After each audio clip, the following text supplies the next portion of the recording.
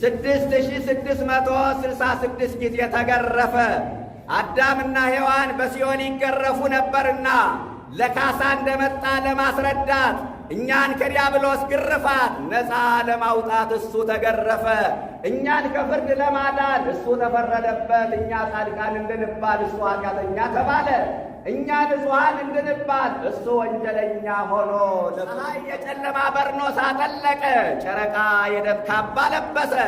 ከዋክብት መንበራቸውን ለቀው መሬት ላይ ተነጠፉ። አባ ዘጊዮርጊስ ምን አለ? የእሱ ብርሃንነት ይታይ ዘንድ ፀሐይና ጨረቃ ብርሃናቸው ናቸው። ረስቶ ክርስትና ብሎ ነገር አይታሰብም። ለሰማዕታቱ ተጋድሎ፣ ለጻድቃኑ መከራ፣ ለባሕታውያኑ ምናኔ መነሻው የቱ ነው ካላችሁ የዛሬ ቀን ፍቅር ጀግኖቹ ዝናራቸውን ፈተው ተማረኩለት። ለዚህ ቀን ፍቅር ባለሀብቶቹ ሀብታቸውን ሰጠው መነኑለት። ለዚህ ቀን ፍቅር ነገሥታቱ ካባቸውን አሽቀንጥረው አክሊላቸውን ወርውረው ገዳም ገቡለት። ኧረ የዚህ ቀን ፍቅር ይለያል። ይገባን ይሆንኛ? ስንቱን ማረከ የዚህ ቀን ፍቅር! ስንቱን ከሥጋ ፍላጎት ለየ! ስንቱን ገዳም አስገባ! ክርስቲያኖች፣ ዓለም ፍቅር ፍቅር የምትለው ከፍቶት ጋር የተያያዘውን እንስሳዊ ተግባር ነው። የእሱ ፍቅር ግን ካይመ ዛሬ በክርስትናቸው ምክንያት የሚታሰሩ ሰዎች ቀራንዮ ከመድኃኔዓለም ጋር ዛሬ ታስረው እንደዋሉ ይቆጠርላቸዋል። በክርስትናቸው ምክንያት የሚገረፉ ክርስቲያኖች ዛሬ ከመድኃኔዓለም ጋር ሲገረፉ እንደዋሉ ይቆጠርላቸዋል።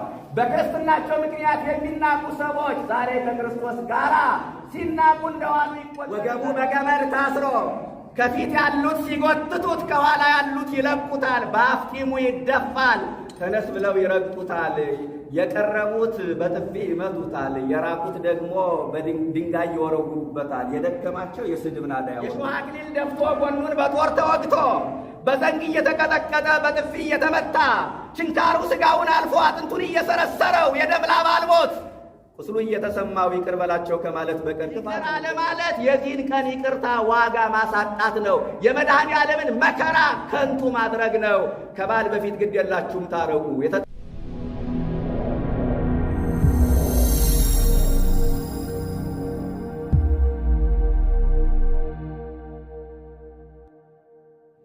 ያደረገው ጥፋት ምንድን ነው? የትምህርታችን ርዕስ ነው። የማቴዎስ ወንጌል ምዕራፍ 27 ቁጥር 23 ላይ ተመዝግቦ የምናገኘው ኃይለ ቃል ነው። በዚህ ኃይለ ቃል ለተወሰኑ ደቂቃዎች ቢሆን ዛሬ የተከፈለልንን ካሳ እንመሰክርለታለን። ክፋቱ ምንድን ነው? ይህ ቀን የመዳን ቀናችን ነው። ይህን ቀን የሚተካ ሌላ ቀን የለም። ኦርቶዶክሳውያን፣ ይህ ቀን የሰው ልጆች የመዳን ታሪክ የተፈጸመበት፣ አንዱ ስለ ሁሉ ቤዛ ሆኖ የሞተበት፣ ዋጋ የተከፈለበት፣ ንጹሕ ፍቅር የተገለጠበት፣ ይቅርታ የተሰጠበት፣ መርገማችን የተወገደበት ድንቅ ዕለት ነው። ይህንን ቀን የሚተካ ሌላ ቀን የለም። ይህ ቀን የቀናት ሁሉ የበላይ ነው። ይህ ቀን የበዓላት ሁሉ ዘውድ ነው። የሞትነው ዛሬ ነው። የዳነውም ዛሬ ነው። የተፈጠርነው ዛሬ ነው። ዳግም የተፈጠርነውም ዛሬ ነው።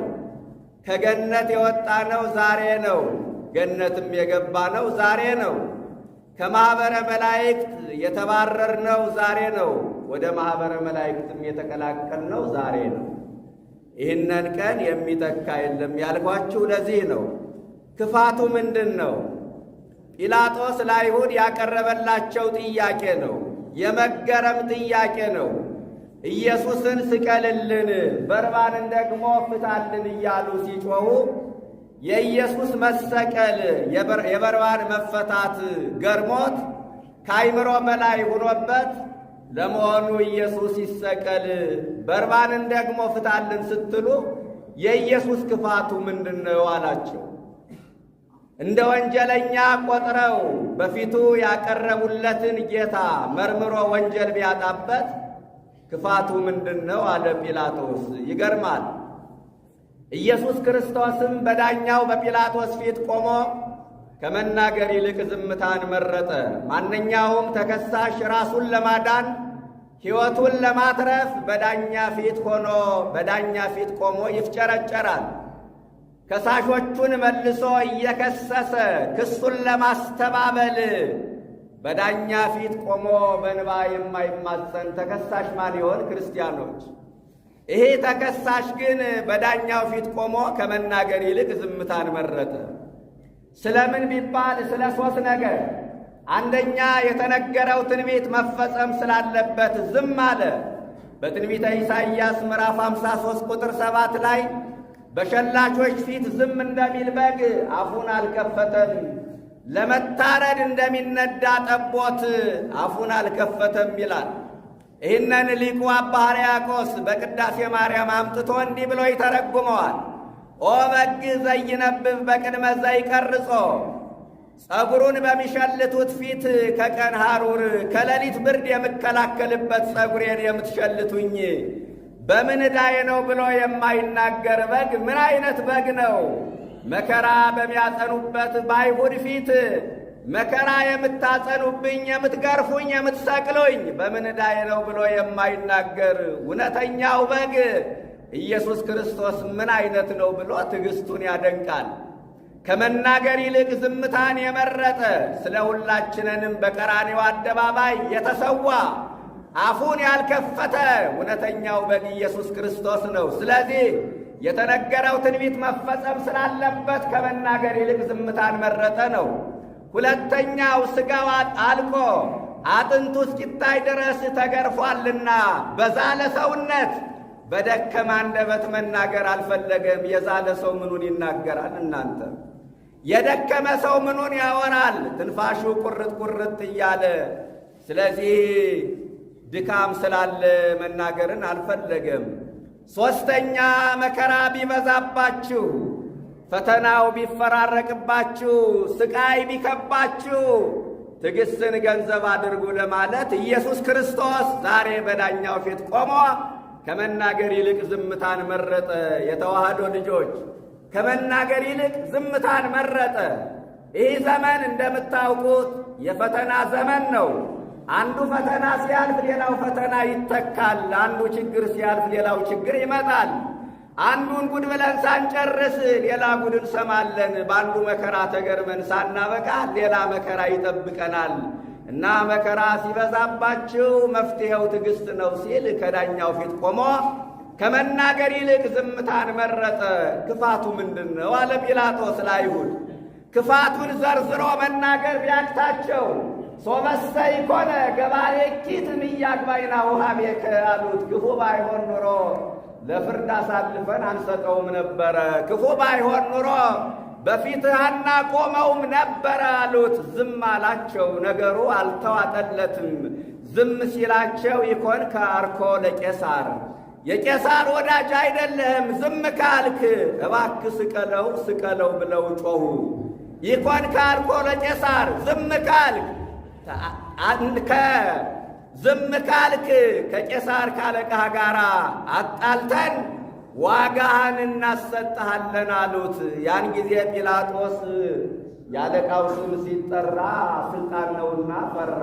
ስልጣን የሚወዱ ሰዎች እንኳን በሰው ላይ በእግዚአብሔር ላይ ይፈርዳሉ። የተዋህዱ ልጆች ስለዚህ ሶበሰ ይኮነ ገባሬ ኪትም እያግባይና ውሃቤከ፣ ክፉ ባይሆን ኑሮ ወደ አንተ አሳልፈን አንሰጠውም ነበር አሉት።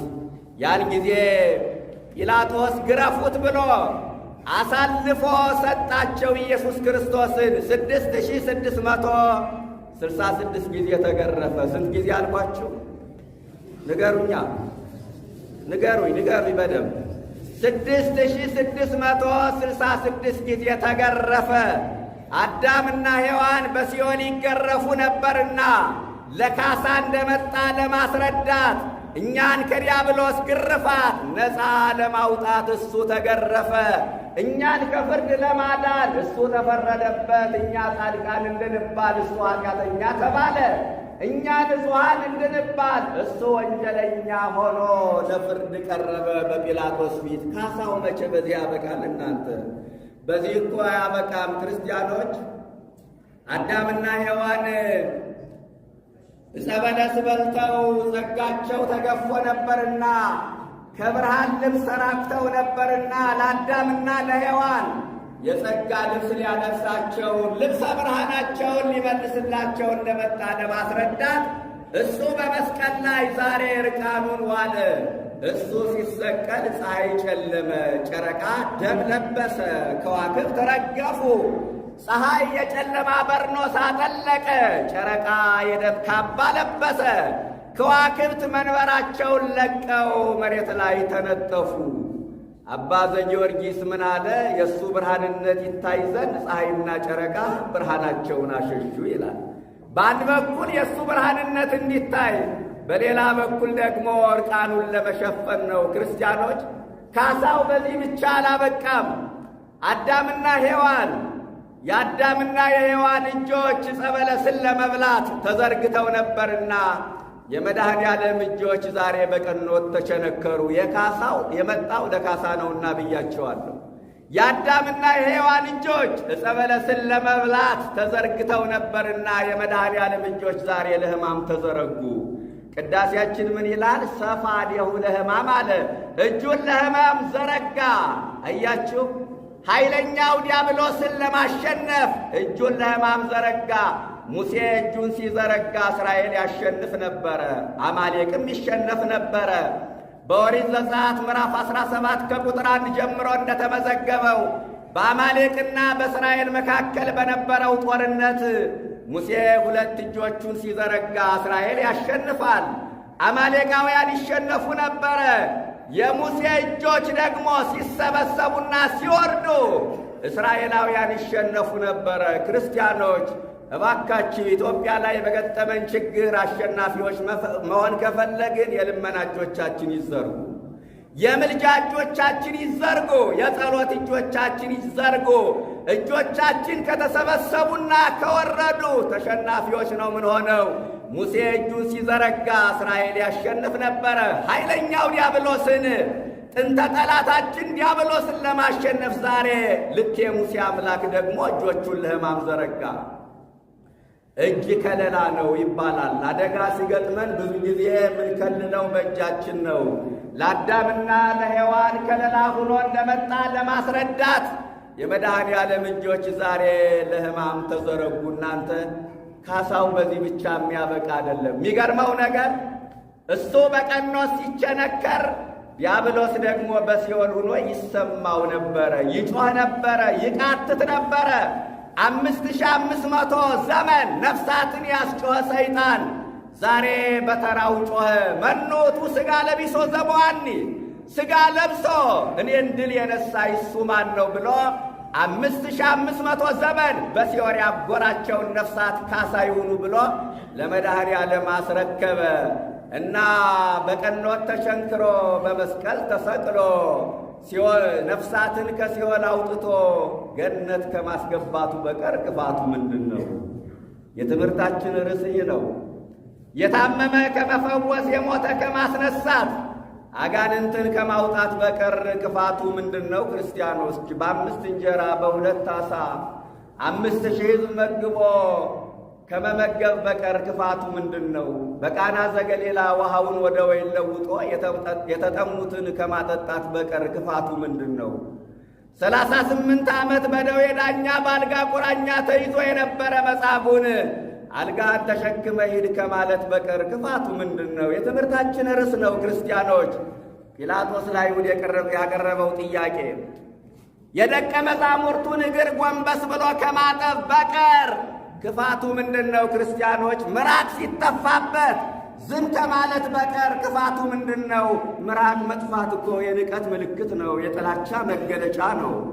አይሁድ ለክርስቶስ ያላቸውን ንቀት የገለጡት ምራቅ በመጥፋት ነው። ክርስቲያኖች፣ እኛ መልሰን የምንውጠውን የገዛ ምራቃችን ከተፋነው በኋላ እንጸየፈዋለን። አንዳንድ ጊዜ ልብሳችን ላይ ካረፈ እንኳን በእጃችን አንነካውም፣ በሶፍት ጠራርገን ነው የምናነሳው። እሱ ግን ወተወክፈ ምራቀ ርኩሳን፣ የርኩሳንን ምራቅ ተቀበለ ይላል እና ምራቅ ከመቀበሉ በፊት በቀር ክፋቱ ምንድን ነው? አባ ዘጊዮርጊስ እየገረመው እንዲህ ይላል። ወሶበ ይወርቁ አይሁድ ገጸከ በእጅ አለ። አይሁድ ምራቅ ሲተፉብህ አለቅሳለሁ። ወሶበ ኀየውኮ ለዘውሩ ተወልደ በምራቅከ ትፌሳህ፣ ዓይነ ስውሩን ደግሞ በምራቅ ስታድነው አይቼ እደሰታለሁ አለ። ንጽጽሩ ይገርመኛል። ክርስቲያኖች ያንተ ምራቅ ዓይን አበራ፣ በአንተ ላይ ደግሞ ምራቅ ተተፋ አለው። የት አይቶት ካላችሁ ያን ጊዜ መቼም ክርስቶስ ሲሰቀል እኮ አልነበረም፣ ግን በዓይነ ሕሊና ተመለከተው። ክርስትና ማለት ክርስቶስን መምሰል ነው። ክርስቶስን የምንመስለው ደግሞ የመከራው ተካፋዮችና ተሳታፊዎች በመሆናችን ነው። ክርስቲያኖች በክርስቶስ ስም የተቋቋሙ ብዙ የእምነት ድርጅቶች አሉ። አንድ ነገር ልንገራችሁ፣ በደንብ አድምጡኝ። በክርስቶስ ስም የተቋቋሙ በርካታ የሃይማኖት ድርጅቶች አሉ። እኛ ከነሱ የምንለየው የመከራው ተካፋዮች በመሆናችን ነው። አሁን ጊዮርጊስ ያማልዳል አያማልድም፣ ከዛ የዘለለ ነው።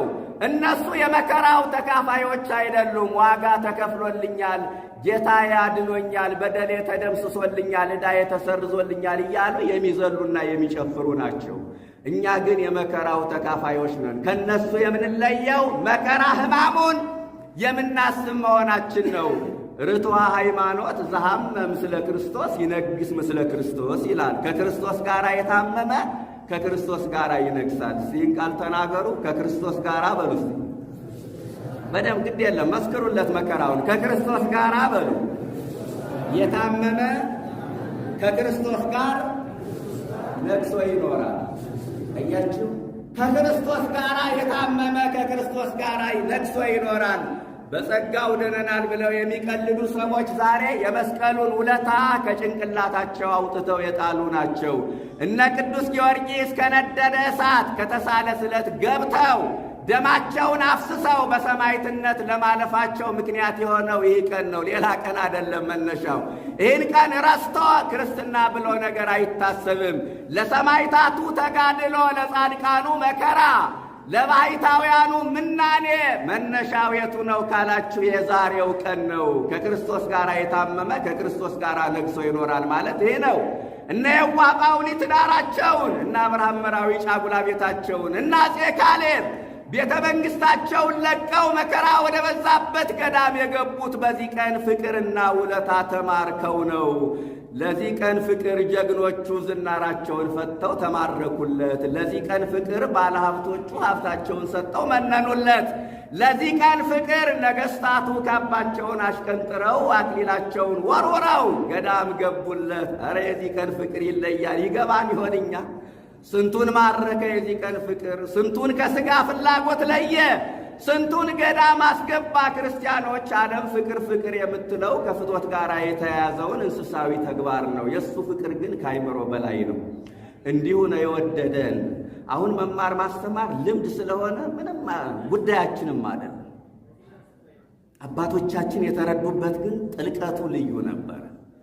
እስመ ከመዘ አፍቀሮ እግዚአብሔር ለዓለም እስከ ወልዶ ዋሕደ መጥቶ ወሀበ ቤዛ ለኩሉ። አንድ ልጁን ለሞት አሳልፎ እስከ መስጠት ደርሶ ዓለምን እንዲሁ ወደደው። እኛ እንዲሁ መውደድ መቼ ለመደብን? ሰዎችን የምንወዳቸው የሆነ ነገራቸውን አይተን ነው። ገንዘባቸውን፣ ስልጣናቸውን፣ የዘር ሐረጋቸውን አይተን ነው። ክርስቶስ ግን እንዲሁ ወደደን። ሰዎች በወደዱን ማግስት የማስመሰል ፍቅራቸው አልቆባቸው እኛን መጥላት ይጀምራሉ። የክርስቶስ ፍቅር ግን ለዘላለም የጸና ነው። ሰዎች ቢወዱን ፍቅራቸውን በብር ነጠብጣብ ነው ወንድም የሚገልጡልህ። ክርስቶስ ግን ፍቅሩን በደሙ ጻፈልን። ሰዎች ቢወዱን ነውራችን አይሸፍኑልንም። የሆነ ቀን ነውራችን ያጋልጡናል። ክርስቶስ ግን የሁላችንንም ኃጢአት በፍቅሩ ሸፈነልን። ይሄ ፍቅር ነው ገዳም ያስገባቸው።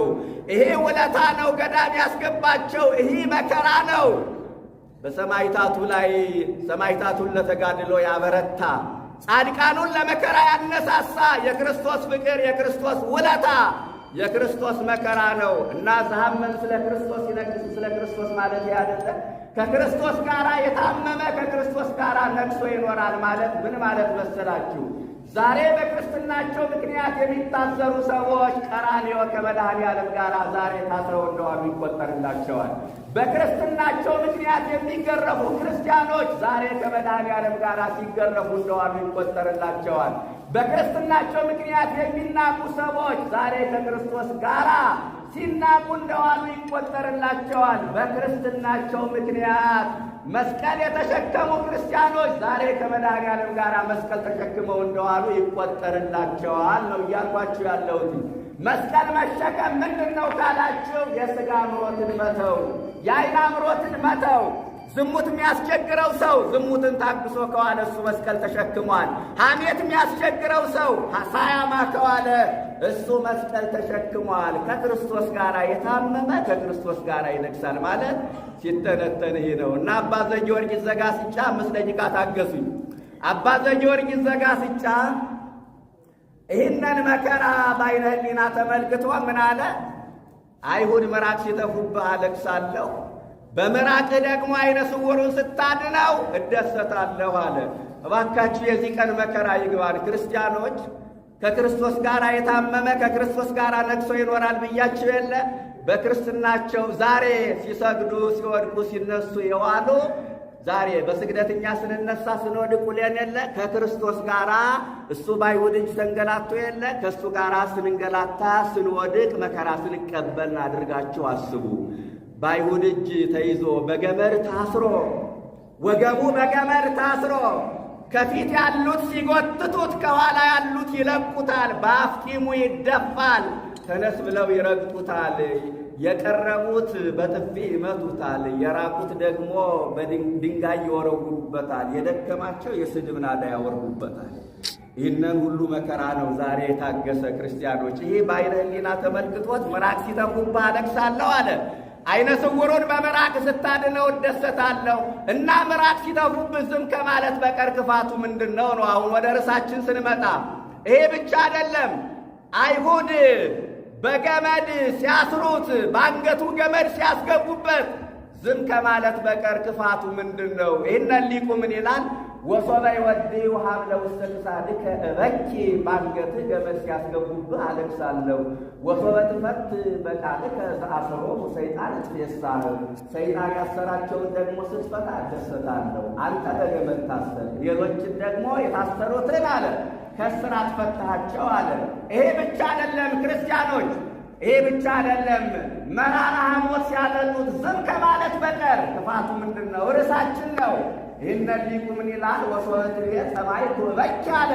ውሃ ጠማኝ ስትል አለቅሳለሁ። ወሶበ ረሰይኮ ለማይ ወይነ በቃና ዘገሊላ፣ በቃና ዘገሊላ ደግሞ ውሃውን ወደ ወይን ለውጠህ የተጠሙትን ስታጠጣቸው እደሰታለሁ አለ። በጲላጦስ ፊት እጅና እግሩን አስረው ሲያቆሙት ዝም ከማለት በቀር ክፋቱ ምንድን ነው? ይህንን ሊቁ ምን አለ? ወሶበ አቅሙከ ቅድመ ጲላጦስ እሱረከ እበኪ አለ። በጲላጦስ ፊት እንደ ወንጀለኛ ቆጥረው እጅና እግርህን አስረው ሲያቆሙ አለቅሳለሁ። ወሶበ ተሐውር ዲበ ባሕር ወገሰስኮሙ ለነፋሳት ከመ ገብር አነክር አለ። በባህር ላይ ደግሞ ስትረማመድ ባህሩን እንደ መስታወት እየረገጥከው ስታልፍ ሞገዱን ስትገስጸው ማዕበሉን ስትመታው ደግሞ አምላክነት ይታየኝና እደሰታለሁ። በጲላጦስ ፊት ሲያቆሙህ ኩምሽሽ እላለሁ፣ አዝናለሁ። አምላክነትን ስትገልጥ ደግሞ ያስደስተኛል አለ ሊቁ። ጨርሻለሁ የተዋህዶ ልጆች። ይሄ ብቻ አይደለም። መጨረሻ ላይ አንድ ሐሳብ ልንገራችሁና ትምህርቴን ልጨርስ። አባት ሆይ የሚያደርጉትን አያውቁምና ይቅር በላቸው ከማለት በቀር ክፋቱ ምንድን ነው? የሾህ አክሊል ደፍቶ ጎኑን በጦር ተወግቶ በዘንግ እየተቀጠቀጠ በጥፊ እየተመታ ችንካሩ ሥጋውን አልፎ አጥንቱን እየሰረሰረው የደም ላብ አልቦት ቁስሉ እየተሰማው ይቅር በላቸው ከማለት በቀር ክፋቱ ምንድን ነው? እኛ ቆይ ቁስሌን ልርሳው አይደል ምንል? ቁስላችን እየተሰማን ይቅር እንላለን። ቆይ ቁስሌን ልርሳው ነው ምንል? ጠላቶቹ ካጠገቡ ሳይርቁ አባት ወይ ይቅር በላቸው አለ። እኛ መታረቅ እንኳን ብንፈልግ ቆይ ፊቱን ዛሬ አታሳዩ ሌላ ቀን ብለን ቀጠሮ ነው ምንይዝ። አንዳንዶቻችን ይቅርታ የተሸናፊነት ምልክት ይመስለናል። አሸናፊው ጌታ ግን በፍቅር ተሸንፎ ሁላችንንም ይቅር ብሎናል። ይቅርታ ማለት መንገድ ላይ ገፍቶን ያለፈ ሰው ይቅርታ ሲለን ችግር የለውም ብሎ ማለፍ አይደለም። ከዚህ የዘለለ ነው። አምርረን የጠላነውን አንጀታችን ያቆሰለውን ፊቱን ላለማየት የወሰንበትን ስሙ ሲጠራ ሚያንገሸግሸንን ስናስበው ሚያንቀጠቅጠንን ይቅር ማለት ነው ይቅርታ። ጠላታችን ቢከፋ ከአይሁድ አይከፋም። እንደ አይሁድ ቸንክሮ አልሰቀለንም። የሾህ አክሊል አልደፋብንም። ኧረ ጠላት የክፉ ነው ከአይሁድ አይተናነስም ካላችሁ ግን ጠላታችን እንደ አይሁድ ቢከፋ፣ እኛ ግን እንደ ክርስቶስ ንጹሕ አይደለንም። ንጹሕ ክርስቶስ እጆቹ ላይ ያሉት ሚስማሮች ሳይነቀሉ ራሱ ላይ ያለው የሾህ አክሊል ሳይወርድ አባት ሆይ የሚያደርጉትን አያውቁምና ይቅር በላቸው አለ። ይቅር በላቸው ያለው ወዳጆቹን አይደለም ጠላቶቹን ነው። ይቅር በላቸው ያለው ዘውድ የደፉለትን አይደለም የሾህ አክሊል የደፉበትን ነው። ይቅር በላቸው ያለው በትረ መንግሥት የሰጡትን አይደለም በዘንግ የቀጠቀጡትን ነው። ይቅር በላቸው ያለው ክርስቲያኖች ወርቀ ዘቦ ግምጃ ያለበሱትን አይደለም ደም ያለበሱትን ነው። ይቅር በላቸው ያለው መስቀሉን ዙፋን አድርጎ ነው ክርስቲያኖች። እና ምንድነው ይቅርታን በሕይወታችን መለማመድኛ ያቃተን? እባካችሁ የዚህን ቀን ይቅርታ ዋጋ አልባ አታድርጉት። ቅድም እንዳልኳችሁ ነው፣ ቃሉ ወደ ውስጣችን ዘልቆ ይግባ። ዛሬ እግዚአብሔር ይታዘበናል። ይቅር ባንል በእውነት ይህን ያህል ይቅር ብያቸው ለምንድን ነው ይቅር ማይሉ ብሎ እኮ ሳይታዘበን ይቀራል ብላችሁ ነው? ወሶበን ዘጸሩን ሄነ ተሳለነ በሞተ ወልዱ ጠላቶቹ ስንሆን በልጁ ሞት ይቅር አለን። እኛ እኮ በእግዚአብሔር ላይ መፈንቅለ መንግሥት አድርገን ነበር እኮ። አዳምና ሔዋን እኮ ዕፀ በለስን የበሉ አምላክነትን ፈልገው እኮ ነው ክርስቲያኖች። እኛ በበደል እሱ ክሶ ግን ዛሬ ይቅር አለን እና ጠላቶቹን እሱ ይቅር ካለ እኛ የእሱ ልጆች አይደለንም ወይ? ልጅ አባቱን ቢመስል የአባቱን ጠባይ ቢከተል መልካም አይደለም ወይ? እባካችሁ ይቅርታን በሕይወታችን እንለማመደው። ጠዋት ተነስተን ቁርስ እንደምንበላ እንደምንጸልይ ቂም በቀልን እናስወግድና ይቅርታን በሕይወታችን እንለማመድ። ባህላችን ቂም ሆኗል። ባህላችን በቀል ሆኗል። ባህላችን ደም ማፍሰስ ሆኗል። ይቅር አለ ማለት የዚህን ቀን ይቅርታ ዋጋ ማሳጣት ነው። የመድኃኔ ዓለምን መከራ ከንቱ ማድረግ ነው። ከባል በፊት ግድ የላችሁም ታረቁ። የተጣላችሁ ባለትዳሮች አባትና ልጅ ትኖራላችሁ፣ ጎረቤታሞች ትኖራላችሁ፣ የሥራ ባልደረቦች እባካችሁ የዚህን ቀን ይቅርታ አስባችሁ ዛሬ ይቅር ተባባሉ። ይሄ ነው ትምህርቱ የሚያስተምረን። የተዋህዶ ልጆች እባካችሁን የይቅርታ መንፈስ ሊኖረን ይገባል። እንዴ እሱ አንዳንድ ሰው ታረቅ ሲባል ብሞትም አልታረቅ ይላል። ከሞተማ ማን አባቱ ይፈልገዋል? ሲጀመርስ እንዲህ አይነት ሰው አለ። አንዳንዱ ብሞትም ይቅር አልለውም ይላል። መድኃኔ ዓለም ግን ዛሬ በሞቱ ይቅር አለን። አንዳንዱ ሰው ታረቅ ሲባል ማይገናኝ ነገር ያነሳል።